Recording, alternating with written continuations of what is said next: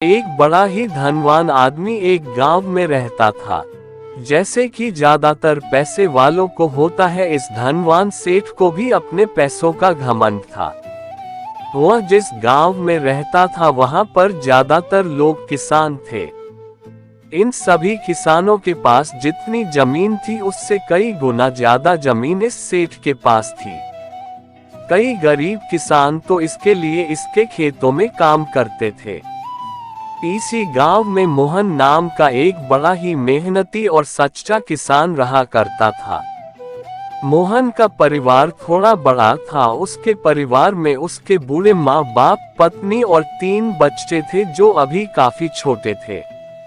मोहन के पास ज्यादा जमीन नहीं थी, लेकिन जितनी भी थी उसमें वो बड़ी मेहनत करता और अपने परिवार का पेट पालने लायक अनाज उगा लेता था। बाकी के किसान भी ये देखकर हैरान रह जाते कि कोई कैसे इतनी सी जमीन में इतना ज्यादा फसल उगा सकता है। एक वर्ष उस गांव में काफी ज्यादा बारिश हुई, जिसके चलते कई किसानों की फसलें बर्बाद हो गई, जिनमें से एक मोहन भी था। अब मोहन धर्म संकट में पड़ गया, क्योंकि उसके परिवार में उसके अलावा कोई और कमाने वाला था नहीं और अपने परिवार को भूखा मरते हुए वो देख नहीं सकता था। वह जानता था कि इस गांव में अगर कोई उसकी मदद कर सकता है तो वह वही घमंडी सेठ है, जिसने गांव के कई अन्य गरीब किसानों को या तो कर्जा दिया है या तो अपने यहाँ काम पर रखा हुआ है। हाथ पर हाथ धरे बैठे रहने के बजाय उसने इस सेठ के पास जाने का फैसला किया और एक दिन उनके पास पहुंच गया। सेठ के पास पहुंचकर मोहन बोला, सेठ जी आपकी बहुत मेहरबानी होगी अगर आप मुझे थोड़ा सा कर्जा दे दे, जिससे मैं अपने खेतों में फिर से कोई फसल उगा सकूं, या फिर आप मुझे अपने यहाँ नौकरी दे दे ताकि मेरे परिवार को 2 वक्त का खाना मिल सके।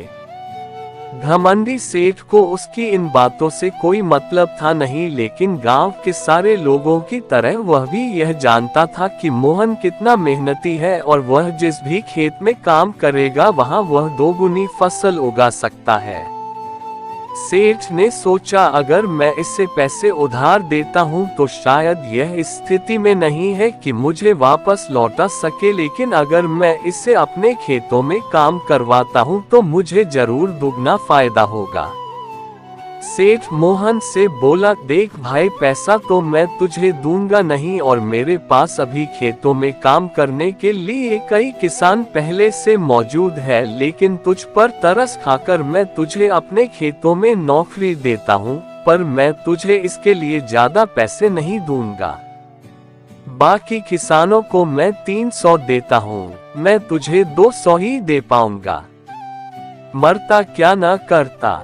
मोहन ने सेठ की शर्त मान ली और उसी दिन से सेठ के खेतों में काम करना शुरू कर दिया। 2 महीनों तक नियमित वो सेठ के खेतों में जाकर कड़ी मेहनत करता और देखते ही देखते 4 महीने का काम उसने अपनी मेहनत से 2 महीनों में ही खत्म कर दिया। सेठ उसके काम से काफी खुश था, लेकिन वह कभी उसको यह जताता नहीं था। जब सेठ ने देखा कि उसका खेतों का काम अब खत्म हो चुका है, अगर वह मोहन को काम से निकाल देता है तो उसके 2 महीनों के पैसे बच जाएंगे, तब सेठ ने मोहन को काम से निकालने का फैसला किया। एक बार सेठ को ये विचार भी आया कि इतना मेहनती आदमी शायद उसे दोबारा ना मिले, लेकिन फिर उसने सोचा कि जब अगले साल काम आएगा तब उसे फिर से नौकरी पर रख लेगा। आखिर इस गांव में उसके अलावा है ही कौन जिसके आगे ये लोग अपने हाथ फैलाएंगे। एक दिन सेठ ने मोहन को अपने पास बुलाकर उसको उस दिन का पैसा दिया और साथ में ये भी कहा कि कल से तुमको काम पर आने की जरूरत नहीं है। अब मेरे पास तुम्हारे लिए कोई काम नहीं बचा है। जब मेरे पास काम आएगा तो मैं तुम्हें बुला लूंगा। ये सुनकर मोहन का दिल बैठ गया। पिछले 2 महीनों से कम ही सही उसके बच्चों और परिवार के पेट में अन्न का दाना जा तो रहा था, अब वह क्या करेगा। यही सोचकर उसकी आंखों से आंसू निकल आए। मोहन ने सेठ के पैर पकड़ लिए और गिड़गिड़ाने लगा, सेठ जी मुझे इस काम की बहुत जरूरत है, मुझे मत निकालिए। अपने मतलब से मतलब रखने वाला सेठ टस से मस ना हुआ। उसने खरी खोटी सुनाकर मोहन को वहां से चलता कर दिया और मन ही मन 2 महीनों की तनख्वाह बचने से खुश होने लगा। अगले दिन जब सेठ सवेरे उठा और अपने आंगन में आया तो उसने देखा कि मोहन उसके आंगन में बैठा है। सेठ ने उसको पास बुलाकर पूछा कि क्या हुआ, तुम क्यों यहाँ पर बैठे हो? मोहन बोला, सेठ जी मुझे वापस काम पर रख लीजिए। आप जानते ही हैं मेरी आर्थिक परिस्थिति कैसी है, थोड़ी दया कीजिए। लेकिन सेठ ने उसकी एक न सुनी और फिर एक बार उससे बुरा भला कहकर वहां से जाने के लिए कहा। बेचारा मोहन अपना सिर नीचे झुका के वहां से चला गया। अगले दिन फिर यही घटना दोहराई गई। मोहन फिर सेठ के आंगन में बैठा था। सेठ ने फिर उसको वहां से जाने के लिए कहा। यही घटना अगले कई दिनों तक चलती रही। अब तो मोहन सेठ के हकालने पर भी वहां से नहीं जाता था और वहीं पर बैठा रहता था। एक बार सेठ ने उससे पूछ लिया, तुम कैसे आदमी हो? मैं तुम्हारा इतना अपमान करता हूँ लेकिन तुम्हें कोई फर्क ही नहीं पड़ता। तब मोहन ने सेठ से कहा, बुरा तो बहुत लगता है सेठ जी, लेकिन जब घर जाता हूँ और भूख से बिलखते अपने माँ बाप और बच्चों को देखता हूँ तब यह अपमान मुझे कुछ भी नहीं लगता। इतना सब कुछ होने के बाद भी सेठ का दिल जैसे पत्थर का बना हुआ था। उसने मोहन को अभी तक काम पर नहीं रखा और न ही उसका ऐसा करने का कोई इरादा था। एक दिन सेठ ने सोचा कि कुछ दिनों के लिए किसी और गांव चला जाता हूं ताकि मोहन से पीछा छुड़ा सकूं।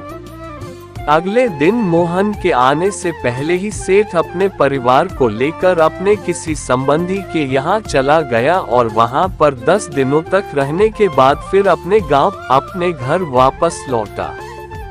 घर लौटते ही सेठ ने आसपास हर जगह नजर दौड़ाई तो पाया कि वहाँ पर अब मोहन नहीं था। सेठ ने सोचा, मेरी तरकीब काम कर गई, लगता है मोहन से अब पीछा छूट गया है। हालांकि अब सेठ के द्वार पर मोहन नहीं बैठा था, लेकिन मोहन का विचार अभी भी सेठ के मन में घर कर बैठा था। सेठ सोच रहा था, मोहन इतनी जल्दी हार मानने वाला आदमी तो नहीं दिखता है। उसके साथ क्या हुआ होगा? क्या उसे कहीं कोई और काम मिल गया होगा या फिर और कुछ? इन विचारों ने सेठ को बेचैन कर दिया और आखिरकार सेठ को मोहन की खबर लेने के लिए गांव में जाना पड़ा। सेठ को मोहन का पता नहीं मालूम था, इसलिए आस पड़ोस के अन्य किसानों से पूछने पर पता चला कि मोहन घायल हो चुका है और अपने घर पर आराम कर रहा है। सेठ ने जब उसके घायल होने का कारण लोगों से पूछा तो सेठ को पता चला कि जब सेठ अपना घर छोड़कर किसी और गांव में गया था तब बंद घर देखकर कुछ चोर उसके यहाँ चोरी करने आए थे, जिनको रोकने की कोशिश करते हुए हाथापाई में मोहन चोटिल हो गया था। ये सब जानने के बाद सेठ का पत्थर का दिल भी अब मोम की तरह पिघल गया। सेठ को अपने किए पर पछतावा होने लगा। सेठ ने अपने आप को याद दिलाया कि कैसे उसने एक शरीफ और सच्चे आदमी को ज्यादा काम करवा कर भी उसको पूरा पैसा नहीं दिया और जिसको गले से लगाना चाहिए था उसे ठोकर मारकर भगाता रहा। सेठ मोहन के घर का पता पूछकर उसके घर पहुंचा तो देखा कि मोहन की घर की हालत बहुत खराब है। उसका परिवार भूख से बेहाल है और वो खुद अपने हाथ पैर पर चोट के साथ एक खाट में पड़ा हुआ है। ये दृश्य देखकर सेठ की आंखों से आंसू बह निकले। सेठ ने मोहन के पास जाकर उससे सच्चे दिल से माफी मांगी। उसको उसकी मेहनत के पैसे दिए, उसका इलाज करवाया और उसको हमेशा के लिए अपने यहाँ काम पर रख लिया।